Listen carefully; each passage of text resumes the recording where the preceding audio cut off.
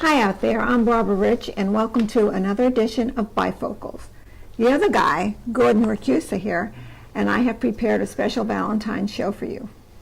And before we get to that, Barbara usually forgets to mention that she is the host and star of Bifocals, but she's also the head columnist for L&L Magazine's Bifocal Reviews.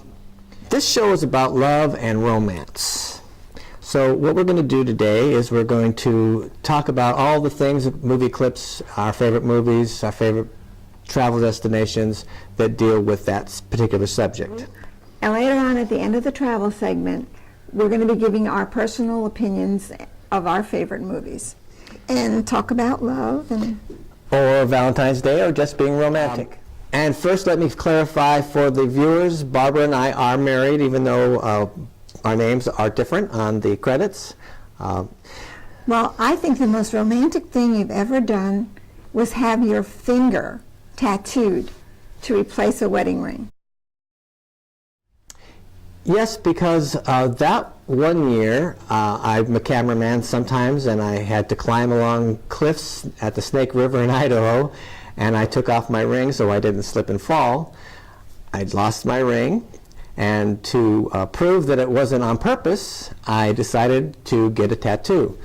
And what happened was, of course, that it really hurt. And I've never let her forget about it. And it's a constant reminder. But you have to say that I'm pretty romantic most of the time. Yeah, I'd have to say you are.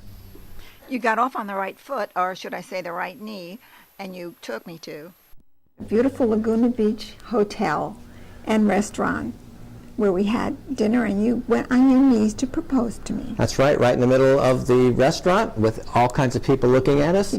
I got down on my knee and proposed. It was very romantic for us, but we know you people out there have your special songs and special places that remind you of romance on Valentine's Day.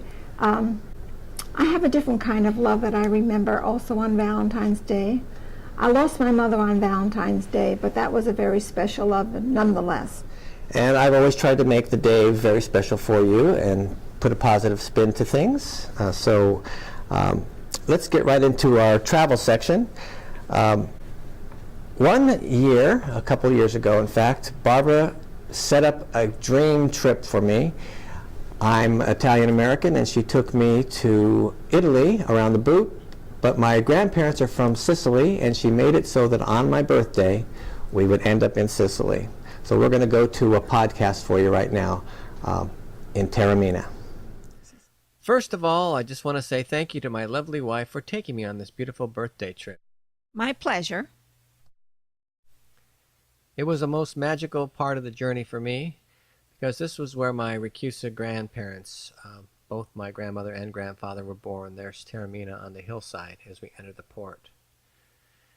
And as a stroke of luck, as I'm looking out from my balcony as we came into port, and we saw Mount Etna covered in snow, a rainbow appeared pointing the way to our destination for the day.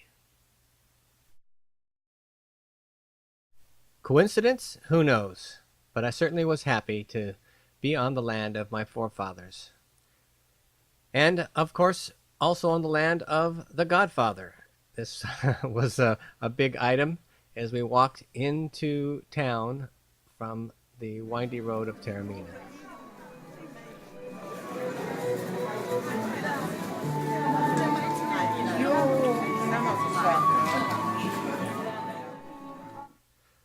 But being on the courtyards of Taormina also offers some of the most beautiful views in the world. There's our boat. I ran here and there like a crazy man, taking pictures of everything. I really had no idea what was so fascinating about this scene for me, but here I was, driving Barbara crazy.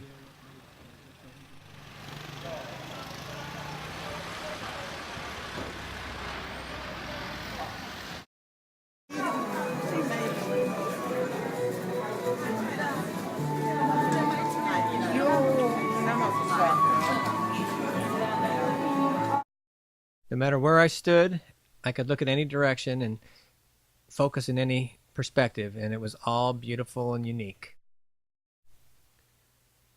Here's a museum, an old church, and there's Barbara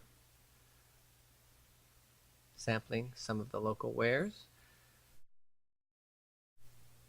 Wow, what a feast for the eyes. It's just hard to contain in this video everything you can see. I was surprised to find, also beside the beautiful courtyards and walkways, some of the most beautiful and well-preserved ruins I did not expect to find here on Sicily. It's no wonder why these fabulous designs and architecture have been replicated in the United States and all over the world.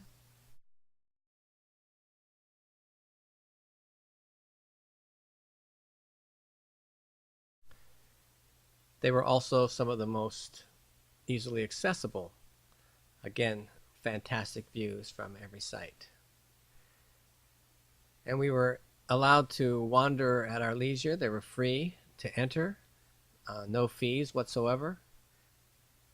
And we spent a great amount of time just wandering around and taking photographs.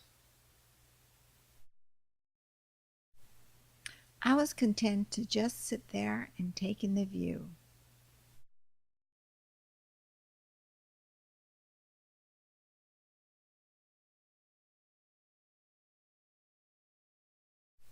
Like the many other travelers who'd been coming here for centuries, we decided that we'd had enough of this particular site and wanted to go into town and visit with the local people. I love these side paths where the vendors displayed their colorful wares. That led me to the best cannoli Taormina.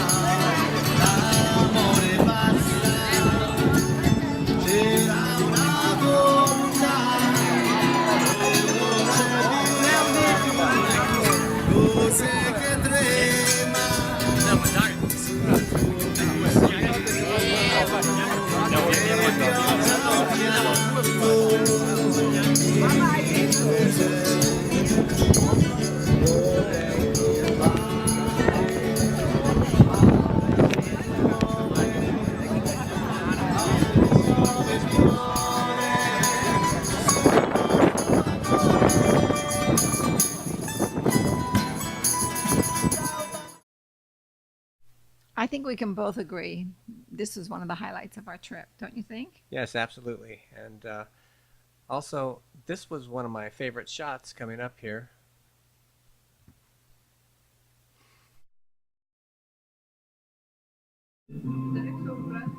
Eventually, we headed back toward our ship, and when I got there, I saw this little surprise. Happy birthday! So until next time. Here's looking at you.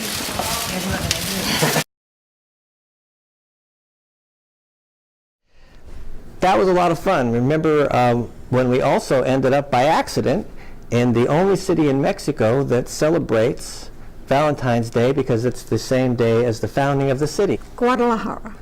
Let's take a look. A few years back, we had the opportunity to visit one of the most popular Mexican tourist destinations, Guadalajara, Mexico. We stayed in a very nice residential home and had our needs taken care of there. But as we toured around the city, we were struck by two really important things. Beside the fact that every house seemed to have a garden, many of these gardens were in homes that were also connected to buildings that were 400 and 500 years old.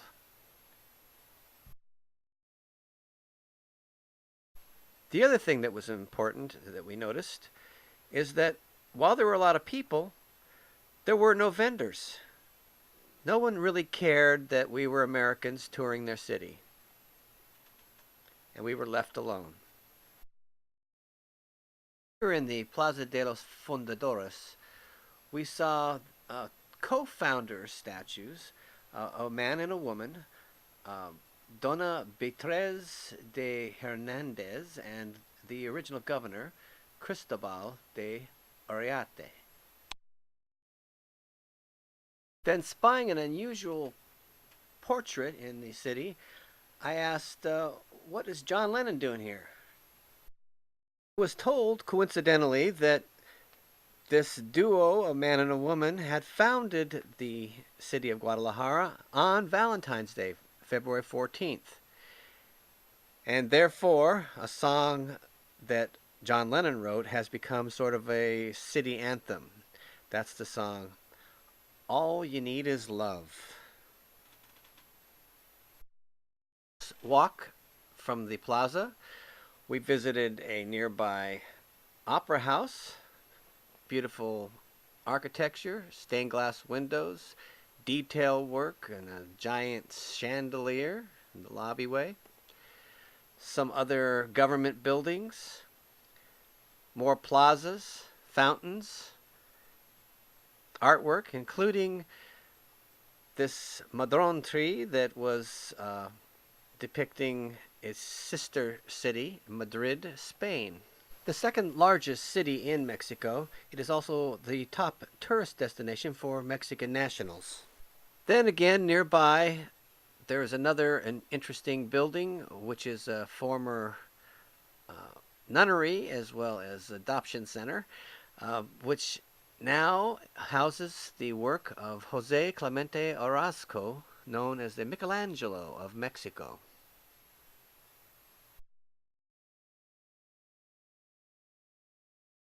Although probably lesser known than his contemporary Diego Rivera, Orozco was a true visionary whose pictures, murals, decorate the entire building. Every surface is covered with a history of Mexico, and depending on where you look at these pictures, they are different. They move with the perspective. And by the way, Barbara reminds me, he did all those paintings with just one arm. So if you want to visit a city in Mexico with a proud cultural perspective, I recommend Guadalajara, and also I recommend going there on February 14th so you can get a dual fiesta, both Valentine's Day and the founding of the city.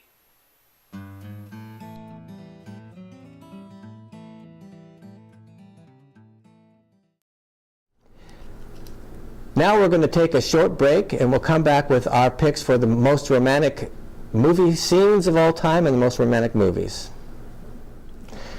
Next up is Barbara's pick for the most romantic movie of all time, The Notebook.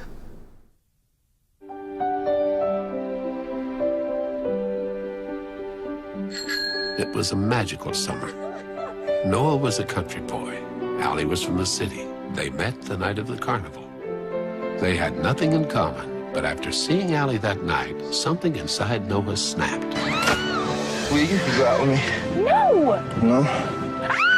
Damn, my head's slipping. Okay, fine. I'll go out with you. No, don't do me any favors. No, I want to. Say it again. I want to go out with you! All right, we'll go out.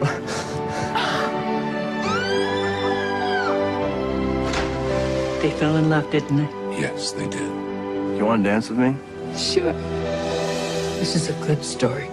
I think I've heard it before. It's like a dream. So what do you do, Noah? I work at the lumber yard. How much do you make at your job? 40 cents an hour?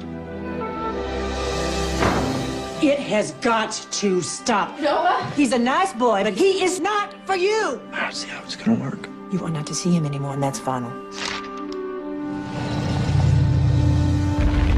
From the best-selling novel by Nicholas Sparks.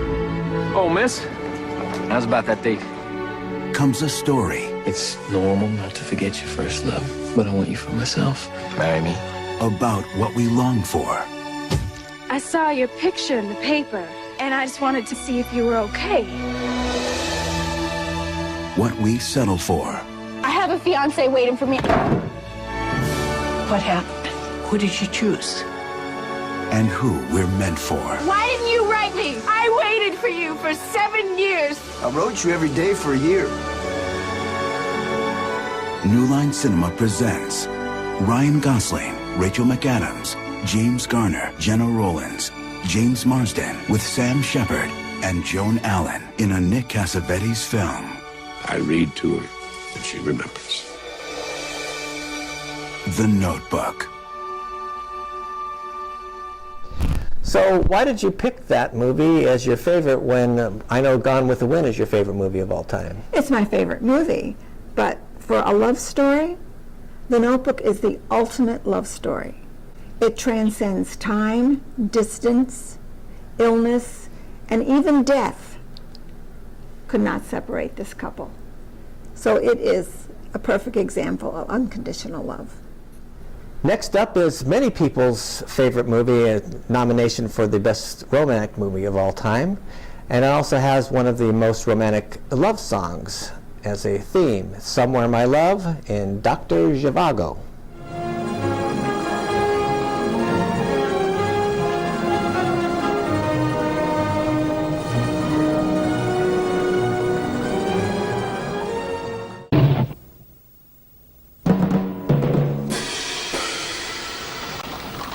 Back on the theater screen, one of the world's great romances, Dr. Zhivago. David Lean's Academy Award-winning film of love and conflict, set in the turbulent years of the Russian Revolution.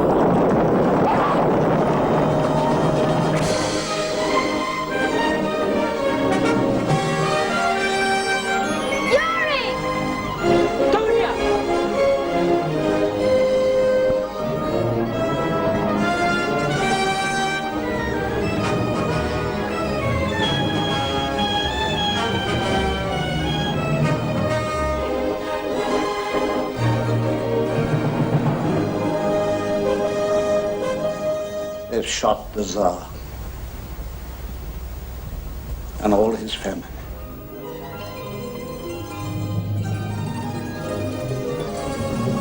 Omar Sharif as Zhivago, a man of peace and passion, torn between two loves.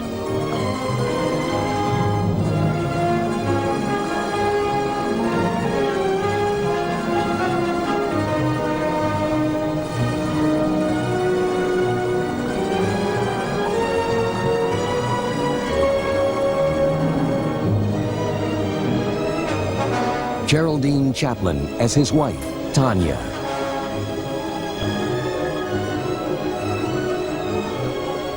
Julie Christie as Lara, the character that inspired one of the greatest musical scores of all time.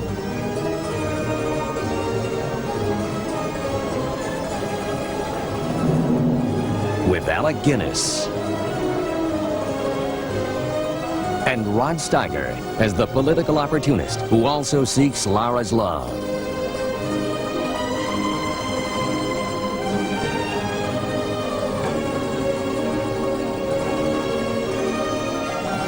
Dr. Zhivago.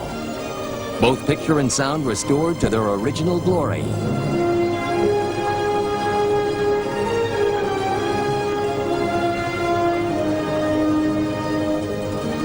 Dr. Zhivago, coming soon to selected theaters.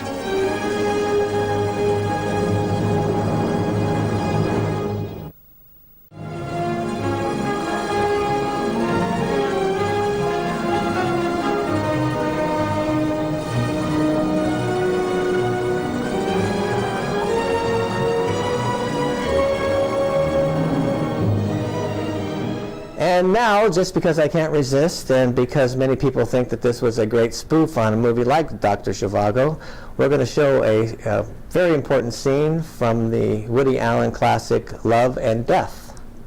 To love is to suffer. To avoid suffering, one must not love. But then one suffers from not loving. Therefore, to love is to suffer, not to love is to suffer. To suffer is to suffer. To be happy is to love. To be happy, then, is to suffer, but suffering makes one unhappy. Therefore, to be unhappy, one must love or love to suffer or suffer from too much happiness. I hope you're getting this down. Okay.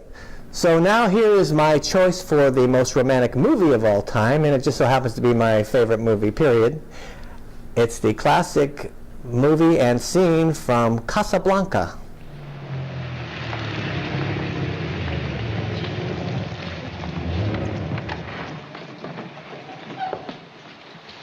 Louis, have your man go with Mr. Laszlo and take care of his luggage. Certainly, Rick. Anything you say.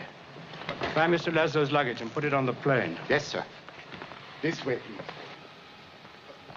If you don't mind, you fill in the names. That'll make it even more official. You think of everything, don't you? And the names are Mr. and Mrs. Victor Laszlo. Why my name, Richard? Because you're getting on that plane. I don't understand. What about you? I'm staying here with him till the plane gets safely away. No, Richard, no. What has happened to you? Last night Last night we said a great many things. You said I was to do the thinking for both of us. Well, I've done a lot of it since then. It all adds up to one thing. You're getting on that plane with Victor where you belong. But, Richard, no, I... Now, you've got to listen to me.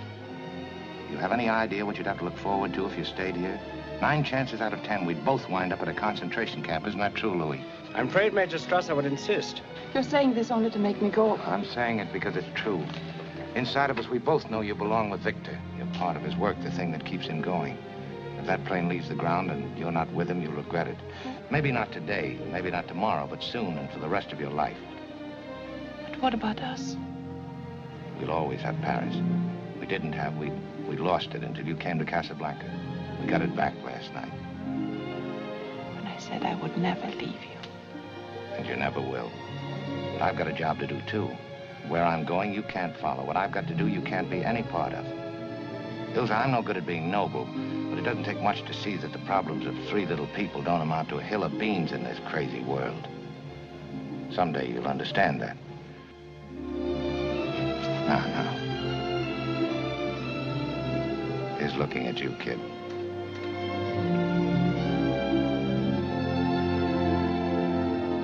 I have to admit it's one of my favorites as well. But in particular scene you mentioned earlier, what were you talking about? What scene? Well, I picked that scene because it not only shows love and how it can be very complicated sometimes, and of course we have Rick handing off his love to the freedom fighter, but it also shows love of country and how women and men see things differently, and it's just a very unique perspective on love altogether. And that's why I have to go to Shakespeare now, and one of my favorite all-time Shakespearean films, which is Much Ado About Nothing, which has Kenneth Branagh and Emma Thompson. I would expect you would have picked Romeo and Juliet. Well, many people, of course, would pick Romeo and Juliet as the favorite Shakespearean romance of all, but I like Much Ado About Nothing, especially Kenneth Branagh's version with Emma Thompson, because it shows how crazy love is. I mean, in Much Ado About Nothing, and it shows in these 2 scenes, which we're about to see, how somebody can go from hate to love, and it also shows, of course, the close relationship between those 2 emotions. So let's take a look at Much Ado About Nothing. I wonder that you will still be talking, Signor Benedict. Nobody marks you. What, my dear Lady Disdain? Are you yet living? Is it possible Disdain should die while she had such meat food to feed it as Signor Benedict? Courtesy itself must convert to disdain if you come in her presence. Then is courtesy a turncoat. But it is certain I am loved of all ladies, only you excepted, and I would I could find in my heart that I had not a hard heart, for truly I love none. A dear happiness to women. They would else have been troubled with a pernicious suitor. I thank God and my cold blood I am of your humour for that. I had rather hear my dog bark at a crow than a man swear he loves me. God keep your ladyship still in that mind, so some gentleman or other shall scape a predestinate scratched face. Scratching could not make it worse, and for such a face as yours were. Well, you are a rare parrot teacher. A bird of my tongue is better than a beast of yours. I would my horse had the speed of your tongue. But keep your way, in God's name, I have done. You always end with a jade's trick. Here comes Beatrice. By this day, she's a fair lady. I do spy some marks of love in her.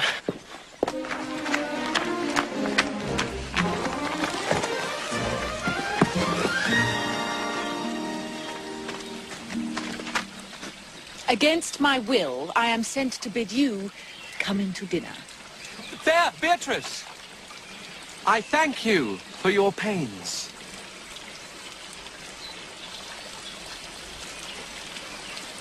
I took no more pains for those thanks than you take pains to thank me. If it had been painful, I would not have come. You take pleasure, then, in the message? Yea, just so much as you may take upon a knife's point. You have no stomach, Signor? Fare you well.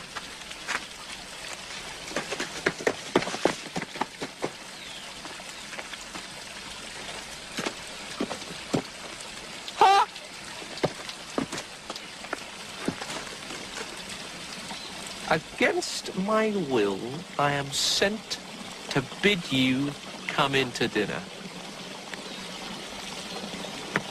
There's a double meaning in that. Well, that's it for this edition of Bifocals. So until next time, Here's looking at you.